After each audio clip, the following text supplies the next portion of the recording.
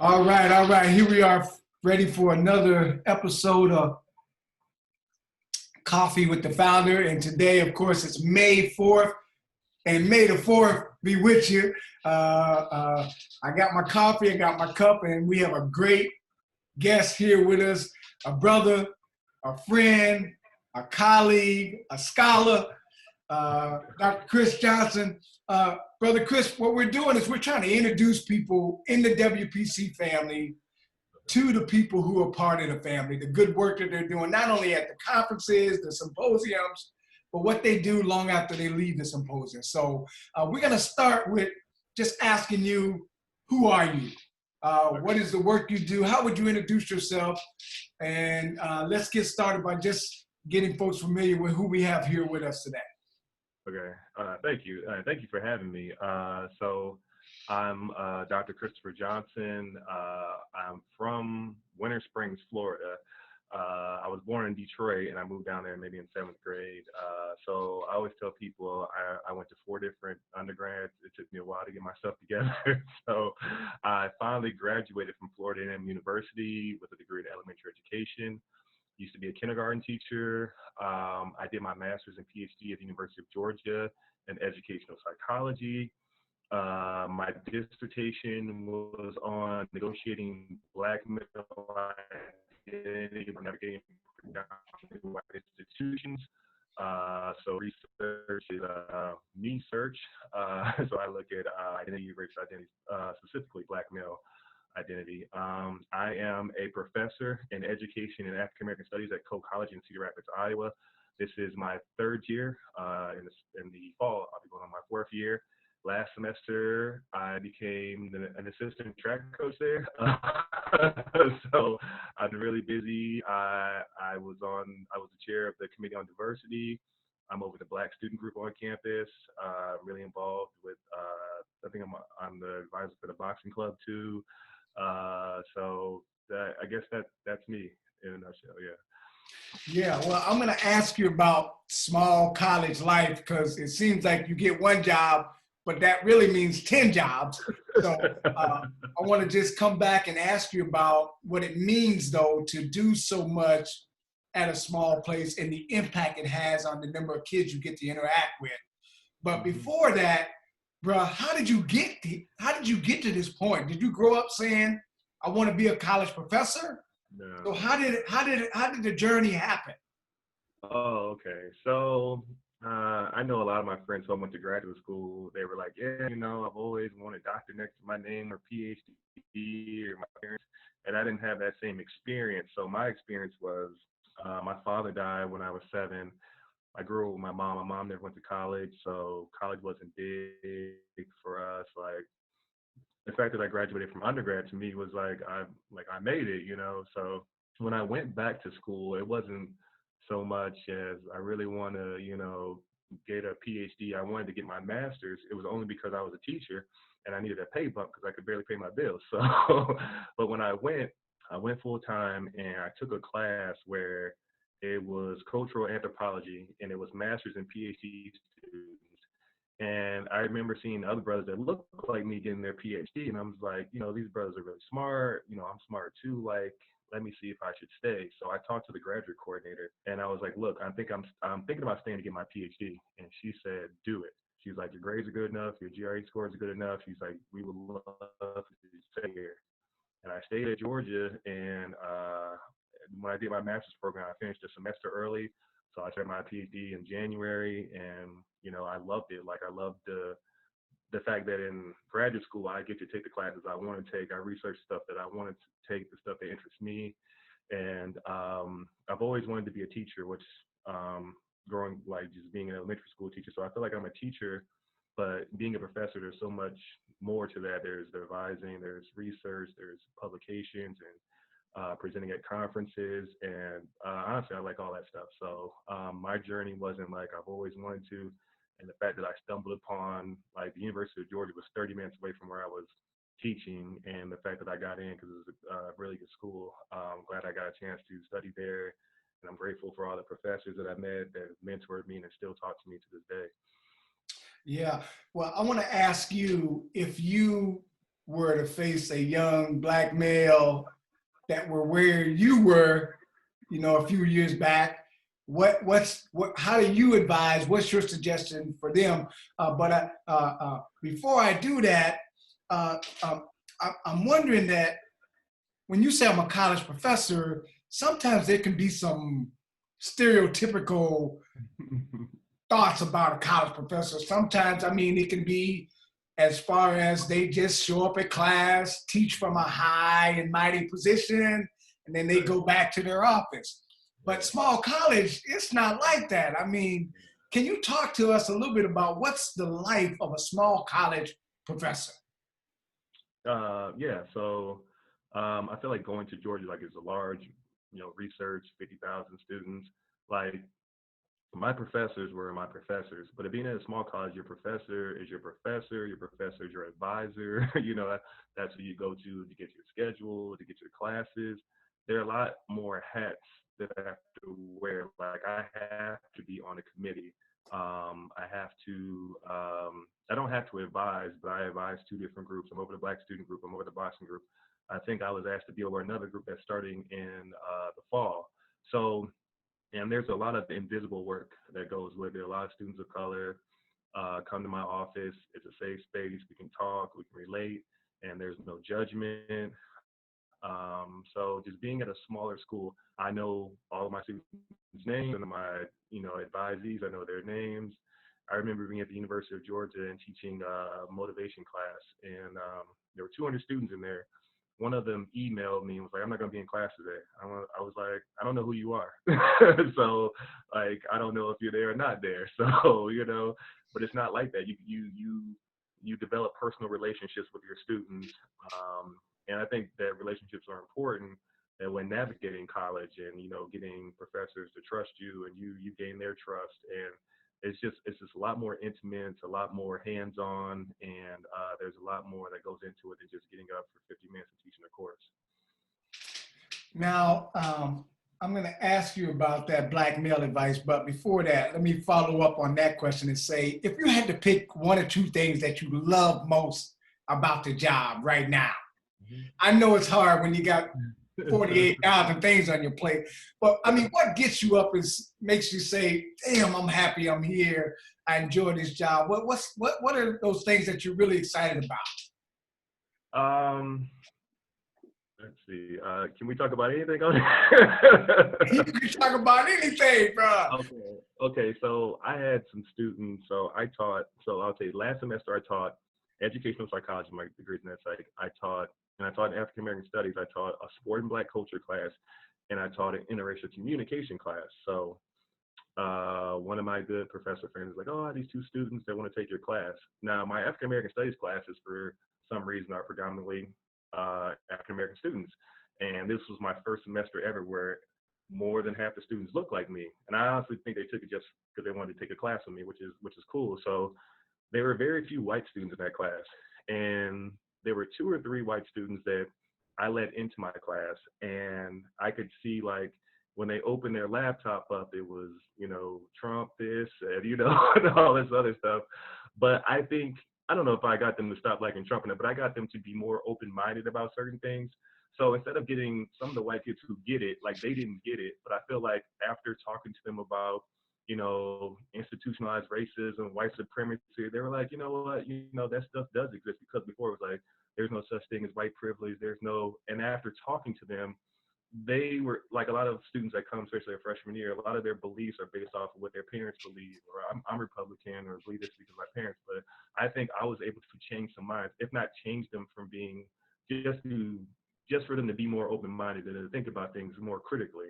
So I was happy about that, because it's cool to have the kids in there who already get it, but to have the kids in there who don't necessarily agree with me, but after listening to me lecture and teach, they have either changed their mind or become more open-minded. So I like that part of it.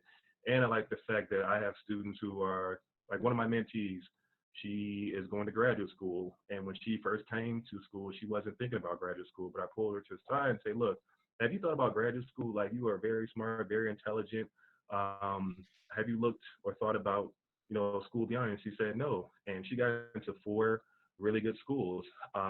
She got into Marquette, Wisconsin-Madison, Indiana, and Kansas. And she chose Kansas because Kansas offered her the most money. I said, go where the money is. And I remember when I went to school, I never went to, so I was like first generation. So I remember when I applied to Georgia, I was like, man, I'm about to get all this money because I'm broke. But there's no Pell Grants for master's or PhD, and I didn't know that. So I had to get an assistantship. But she didn't know that either. But I told her, I was like, look, they're going to offer you money. Go where, like, she had an assistantship. She got an RA where she gets to stay there for free, and she ain't going to pay for cable and utilities. I was like, if I was offered that or knew that was available, I would have taken that. But I didn't know that. So I want to make sure that if my students go where they don't take on a lot of debt. You know what I'm saying? So those are two things that I'm probably most proud of, or the things I like the most about the job. Yeah, yeah, I appreciate that. I appreciate that. Now, I was gonna come back and ask you about teaching some of the topics you mentioned, white supremacy, white privilege, but even African American studies, because I mean, knowing you, you're not bringing a kumbaya approach. I mean, you bring it, so to speak. So I want to come back and ask you about what are some of the challenges you face just in the classroom, essentially keeping it real as opposed to making it more palatable. But before that, we're going to talk a little bit about when you're talking to young Black males. I mean, we're trying to get Black males to be professors, so to speak, to get to where you are. I mean, what are you saying to them when they're 18, 19, first year students? Or as I know, you're in the community talking to kids in high schools. I saw your little middle school stage dance. I was looking you up saying, man, I got to get the doc to teach me some of those moves. So my point is, you're out there with some young kids, trying to inspire them. So what's your advice? What are you saying to them to say, hey, you can be a doctor too? Honestly, I don't have to say much. Like, you and I know, like, so I graduated from Florida A&M, but I went to the University of Dubuque in Dubuque, Iowa. I went to Benedictine University and outside Chicago, and I didn't see professors that looked like me. So the biggest thing I think is I can say a lot of things, but just me showing up is big. Just to see someone that looks like them, that does have doctor in front of their name and PhD at the end of it, and that's like, I'm a professor, I do this and that. They're like, yeah, you do that? Like, yeah, you can do that too. You know what I'm saying? Like, it's easier just the representation, like, enough is almost enough. I don't really have to say much because they're not going to listen to me. They're going to go by my actions. You know what I'm saying? So I think when I go and talk to people, even the brothers that come to my class, and when I talk to them, I feel like they listen to me just because I remind them of, like, I look at them and say, I was you. You know what I'm saying? I went to a small college like you. I played football. And you know what I'm saying? And you can, like, I think a lot of times people think you have to be one or the other. Like, you got to be really smart or really good at sports, and you can be both. You know what I'm saying? I think a lot of times you've been taught not to concentrate on education. But I talk to these brothers, and these brothers are intelligent. These brothers are smart. And they haven't had somebody tell them that, especially someone that looks like them. So I think I feel like it's a big impact. And I feel like just being visible, like being in the community, being at events, like when I show up for them, I feel like in the classroom, they show up for me. It's based off of, because we have a relationship, you know what I'm saying? Like, I go to their games, I participate, and whenever the Black student groups have something, I'm there, I support them. And when they come to class, I don't have to ask them to, where is this at? Where is that at? Like, they show up for me. And I think it's just reciprocal because I'm showing up for them. Yeah, yeah. I appreciate that. That's powerful. I mean, I'm sure you have no idea the impact you're having on that campus, not only with the kids that look like you, but as you mentioned, some of the kids that just may be coming from entirely different backgrounds. And knowing that, particularly at a historically white institution like COe College, I mean, there's typically not many Black males in the front of the classroom, Right. and especially teaching the kind of content that you're teaching. So can you talk a little bit about some of the challenges you face teaching some of the topics you do, and how you take care of yourself when you may be facing some of that pushback and those challenges? Okay. So I remember my first semester, I teach this human relations class, and we talk about religion, race, privilege, socioeconomic status, poverty, and we always end with like white privilege. We go from race and then we go to white privilege, and it's always an issue. We have a white privilege paper that we have to write. We read some stuff. We do, Peggy McIntosh, Tim Wise. We do some other stuff, and I do those people on purpose because they're white. And I'm like, look, these white folks are saying it. You know what I'm saying? So we do that, and then I'll still get papers that say I read something online. White privilege don't exist, and I get a lot of pushback. And it's usually just one or two. But if I sit down and talk to them and say, look, these are the things I have to go through. Do you go through those things? No. I was like, well, do you think there's a difference between your privilege and mine? And they'll be like, I think after I have a conversation with them, they kind of maybe just tell me what I want to hear. But I think the biggest thing is that, so there are one or two people that will push back. But I'm guessing there's maybe 10 other people who feel that way, but they want to get an A in the class, so they're just going to write whatever they think I want to hear. You know what I'm saying? But at times I've had students who are super honest and say, oh, I'm working on this paper on white privilege, and they talking about, I had a person say to me that I was talking to my parents about it, and they said, as an African American, you shouldn't be telling me how to feel about this, or you shouldn't be talking about this. Like a white person should be teaching me this. And I was like, I appreciate your honesty, and I'm sure for him saying that, there are other people who didn't say that, who were like, why is he making you write this paper? I get my evaluations. He's trying to make us feel bad, and he's trying to, and that's not the point. I just want you to know that there are certain privileges you have that I don't. But whenever I talk about white privilege, I always try to talk about myself. Like I'll say, what privileges do I have? You know what I'm saying? Like as a male, heterosexual, I won't say these things. I ask them to tell me, like, I don't have white privilege, but I do have some privileges. So they'll say, you're educated, you're kind of tall, your beard connects, just there's certain privileges. I remember one semester someone said, you're beautiful. I was like, I'll take that. That's a privilege. You know what I'm saying? So the thing, I'm getting them to think critically instead of me telling them. They're telling me the privileges I have, and then I get into white privilege. I think that makes it a little more. They can digest it better when I say, I have privilege too. I recognize my privileges. Now let's talk about white privilege. But I do get pushback whenever I do talk about white privilege, and I try to talk to them, have a conversation with them, and usually we get through it. But there's never been a semester where I didn't get pushback when I talked about it. Yeah.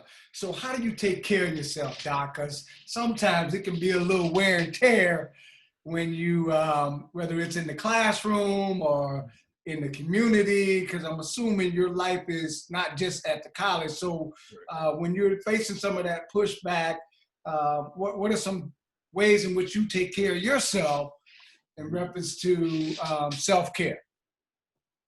I think the biggest thing is like, I like to work out, I like to run, you see me on the court, what I'm saying? I like to play basketball, and, I think we'll probably address this later, but because of COVID-19, they took the goals down, and I can't go anywhere to work out. Like basketball for me is really like I can put my headphones in and just shoot around for an hour and just get my mind off everything. And I really appreciate it, even like lifting weights and working out and running, but just playing basketball to me is like my release, and I love it. And, right now I don't have it. So I'm hoping sometime soon I can get on the court and just shoot around. But I think like just going for a run, working out, just releasing that energy, just, and saying, that's not about me personally, you know what I'm saying? And try not to, it's hard sometimes not to take it personally, but, I try not to, try to let it go, try to move forward and think about all the students who are getting it, who are getting something from this. But the ones who aren't, I still want to work with them. I still want to try to like help them, not change their mind so much as just like, listen, like just try to be a little more open-minded, listen to what I'm saying, I'll listen to what you're saying, and we will try to get through this. You know what I'm saying? You pushing back on it, so saying let's have a conversation though, without trying to yell at each other, and let's just talk about it. Yeah. I think conversations in my office go a lot better than the conversations that like if I'm in front of the classroom. Well, we don't have enough time for you to describe my jump shot and some skills that you witnessed on the basketball court. So we'll go ahead and move on from that. Okay. But seriously, I wanted to ask you, because we mentioned this earlier, COVID-19. First of all, how are you doing with the lockdown, the quarantine?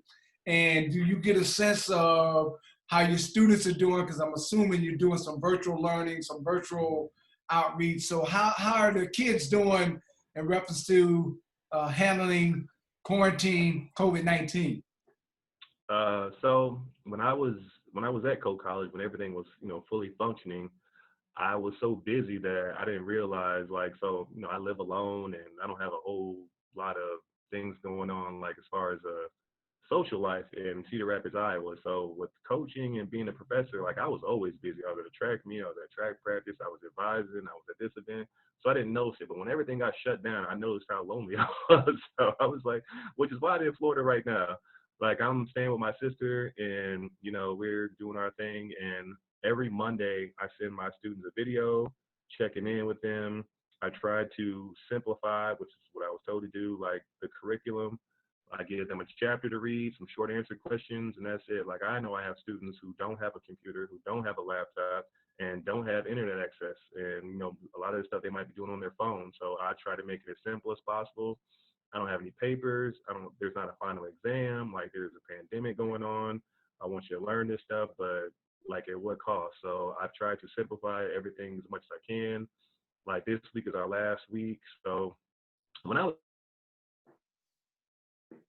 Florida, still in the house quarantine, but I'm spending time with family um and I'm out in the sunshine, so I'm doing a little bit better. Yeah, yeah. Well, it's interesting how each state is very different. I'm sure you're seeing there in Florida with the state reopening, and Right. here in Iowa, I mean, or there in Iowa, there's some talks about that. I'm here in Wisconsin, and Mm-hmm. we're still on lockdown. So it's just, man, I don't know.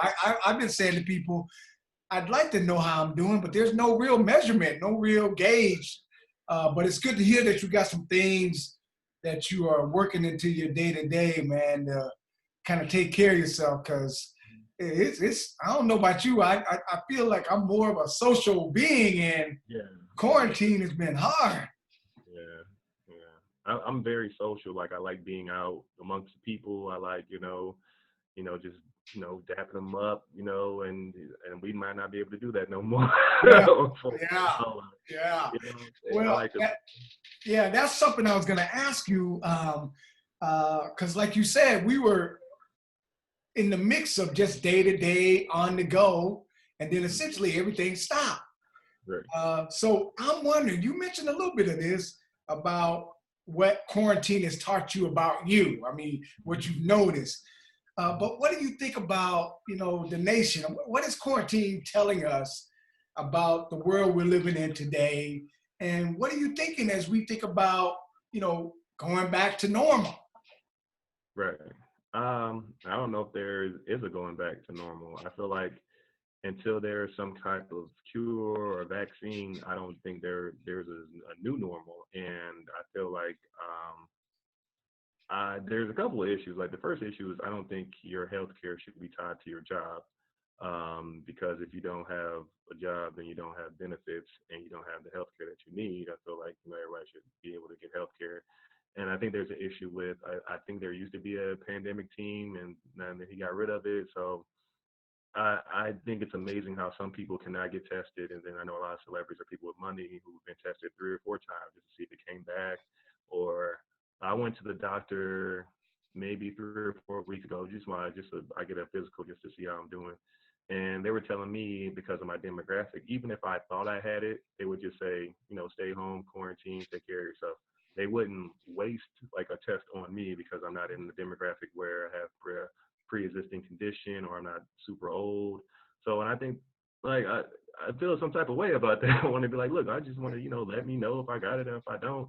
But there's stipulations, and I feel like there should be testing available for everybody. And then some states, I think, it's more expensive than others, and it's just a mess. And like, Yeah. and where when I was in Iowa, they were saying they're only testing people who have symptoms, but you can be asymptomatic and saying have no symptoms and still have it.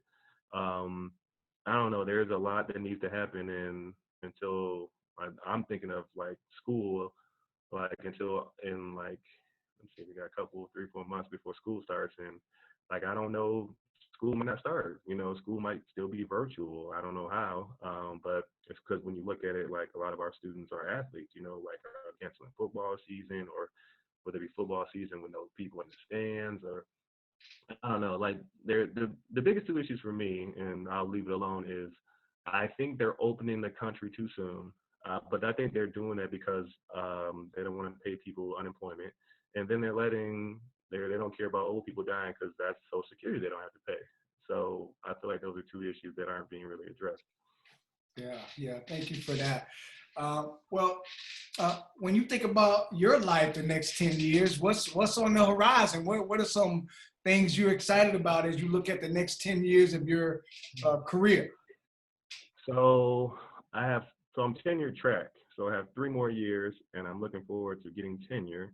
And after getting tenured, I might look into like administration or moving forward some type of consulting. I did track this year, and I honestly don't think I'll do it next year. As much as I loved it, it's just too time consuming for a tenure track professor, especially at a small college with all my other invisible work that I had to do. So much as I loved it, like I did track in college. I threw shot put. I went to nationals. I still have records, and I loved it. But I can't be there like they need me to be there, like the other coaches who aren't professors. So I probably will not do that next year. Um, but yeah, I do want to concentrate on publishing more. I do want to concentrate on getting my name out there more. Hopefully, I can write something. I don't know if it'll be a book, but I need to figure that out. I have 3 things that I'm working on right now as far as research, and I'm working with some students, and hopefully, if I have anything else to do this summer, we can on that. But really, I came to COe College to get this tenure, and that's my goal. So once I get tenure, then I'll move forward from there. Yeah. Well, I just want to put out there, if there's any way I, myself, or the conference, the Privilege Institute can be in collaboration with any research ideas or research projects, we're open to that. And you're always, Doc, always welcome to the White Privilege Conference to bring anything you and your students are working on or have uncovered, to continue to give them some practice, but also give yourself some ongoing exposure.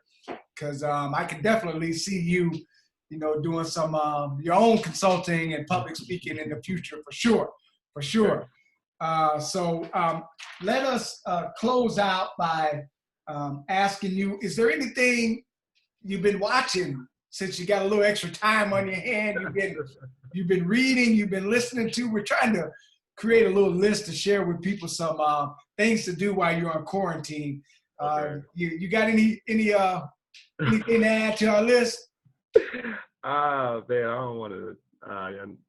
Man, let's see. Like, no judgment, man. No judgment. Okay, No judgment. Okay, so the thing I binge watched. There's only 6 episodes, and so many people have been mad at me that I watched it.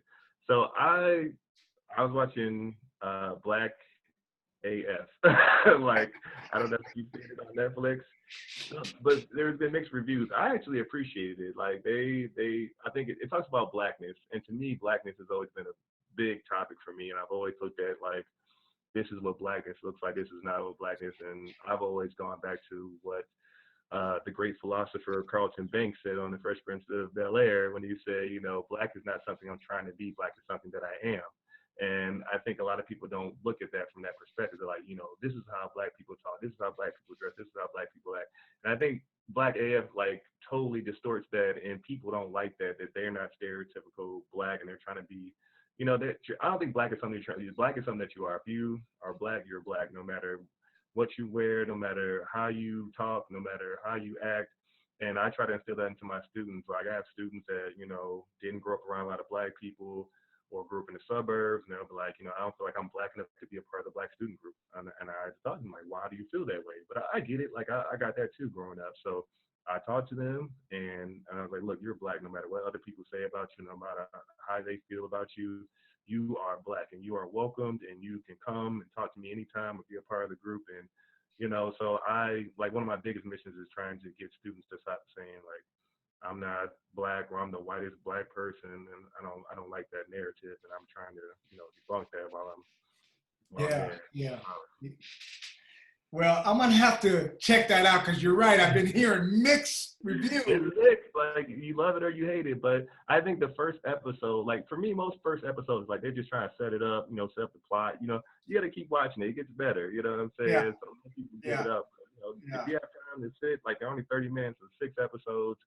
And after you watch it, let me know what you thought about it. Okay. I'm gonna have to add that to my list. Okay. I'm gonna just give you a couple, 3 or 4 things that I just spit off my dome, and you get 15, 30 seconds to just respond to. Okay. So, for example, uh, are you picking LeBron or Michael Jordan now that the series is almost over, the greatest to ever play? Oh man, so I teach a sport and black culture class, and my students and I debate this all the time. So before I debate this and tell you how I feel, I don't think there's anything wrong with liking both of them. I hate the fact that we have to pick one. But if I had to pick one, I'm picking LeBron. And I grew up watching Michael Jordan, and I always tell people, like, statistically, LeBron beats him in every category except for one, which I think is points per game. But rebounds, steals, assists, um, he's probably a better percentage, whether it's field goal or 3-point. Like LeBron to me is a better athlete. Like he's better all around. And everybody's argument is always 6 rings. So this is a team sport, and he had 2 other top 50 players. And I will bring up the terrible teams that LeBron took to the finals. He took Booby Gibson. He took Big Z Bergeau, Larry Hughes. Like I want Michael Jordan to take them to the finals. Michael Jordan never made it past the first round without Scottie Pippen. Like if he's so great, do it by yourself. You know what I'm saying? Like, look, we can go back and forth, but that doesn't mean I don't like Jordan. I love Jordan. I appreciate him. But if you want to put them next to each other, I'll take LeBron James. I mean, I love both of them, but statistically speaking, he was a better player. Well, I'm glad I allowed you to get that off your chest, man. It seems like it was built up there a little bit. Let me ask you this. Give me your thoughts on code switching. My thoughts on code switching. I honestly try not to code switch, but like growing up, I had to, you know what I'm saying? But when I teach my classes, I quote Drake, Lil Wayne, whoever, and I don't code switch. And I do that because I can. I'm honestly, if I can say, look, I have the privilege because when I get up in front of you, I'm a professor, I have a PhD, and I'm speaking this way. But for but if you're in my class, you can speak that way. But other people aren't going to accept you if other white people, if you're going on a job interview, if you, like when I came to COe COllege, I didn't dress up, I didn't have on a suit. I was like, look, I'm gonna be myself, and if they take me, then they take me. And other people don't have that privilege, so I do not code switch. I feel like maybe I code switch when I'm talking. I don't know if it's code switching to my grandmother, or like I talk to my grandmother differently than it's like yes, grandmother, and you know what I'm saying. I wouldn't be like, what's good, grandma? I wouldn't say that to her. You know what I'm saying? So, but I appreciate I wish black kids didn't have to code switch. I wish they could speak their language, and instead of you being like, we need to learn your culture, but you don't care about mine, and you don't have to learn mine. So, so I get why code switching is necessary, but I've gotten to a point where I don't do it. You're not gonna like me. You're not gonna like how I'm talking, and I'm gonna give it to you, spit it hot and greasy. It's not gonna be lukewarm. You know what I'm saying? And you're just gonna have to take it. You know what I'm saying? And the whole point is to make them feel uncomfortable. You know what I'm saying? So yeah. So the most common stereotype you deal with on a daily basis? At COe COllege, there's a couple. When I first got there, and it kind of continues now. Like when I'm large, I'm 6'1", 250. So they thought either I was a football coach, security guard, I worked at the physical plant. And sadly, it wasn't just the white students who thought that. So I think as black people, we internalize negative stereotypes about ourselves. So I think once people get past that no one who didn't know me has ever come up to me like, are you a professor here? Nobody. You know what I'm saying? So trying to overcome the fact that they think I'm, the football coach, or I'm over the physical plant, or a security guard, which there's nothing wrong with any of those things other than the fact that I'm not, or that you assume that I was. Let me give you 2 more. You gonna take Michael Eric Dyson or Cornel West? Who you rolling with? Ooh, man. So like before with both of them, I love both of them. So if I had to pick one, this isn't fair. I would pick Michael Eric Dyson only because I grew up in Detroit, and he's from Detroit, Yeah. and I really like Michael Eric Dyson, and the fact that he infuses like hip hop and other things, and like he's super smart, super intelligent. But I like Brother Cornell. When I was at Georgia, he came and spoke, and he spit it hot and greasy too. Yeah. But I feel like my personality and with the music, like I relate more to Michael Eric Dyson, and from being from Detroit, so I get some of his lingo. And my mom, my dad grew up in Detroit, and I still go back for Thanksgiving, and I'm gonna give it to him just because he's from Detroit. Yeah. Well, speaking of music, I'm gonna give you my last one and a music question. Are you going with Whitney Houston or Beyonce? Whitney Houston, without question. That's not even that wasn't even fair. I feel like some of the younger people don't get it, but Whitney has a beautiful voice. Beautiful. That's it. Whitney, like I don't know who would be above Whitney. You know what I'm saying? There are very few people like, but Beyonce is more of a brand entertainer, but vocally singing, no, not even close. Yeah, yeah. Well, man, I appreciate you, Doc. I'm proud of you. I know just because I've been there, you're doing great work at COe College. And I'm hoping folks now listening, watching, they also know about you and your great work. And you're just getting started, bro. And so, again, if we can be in collaboration and support of what you're doing, let us know. And you're always welcome to the conference, to the symposiums, and keep up the great work. Be safe there in Florida. Yeah, we'll do. Thank you. I appreciate it again. All right, bro, man. Take care. Peace. May the force be with you. You too, man.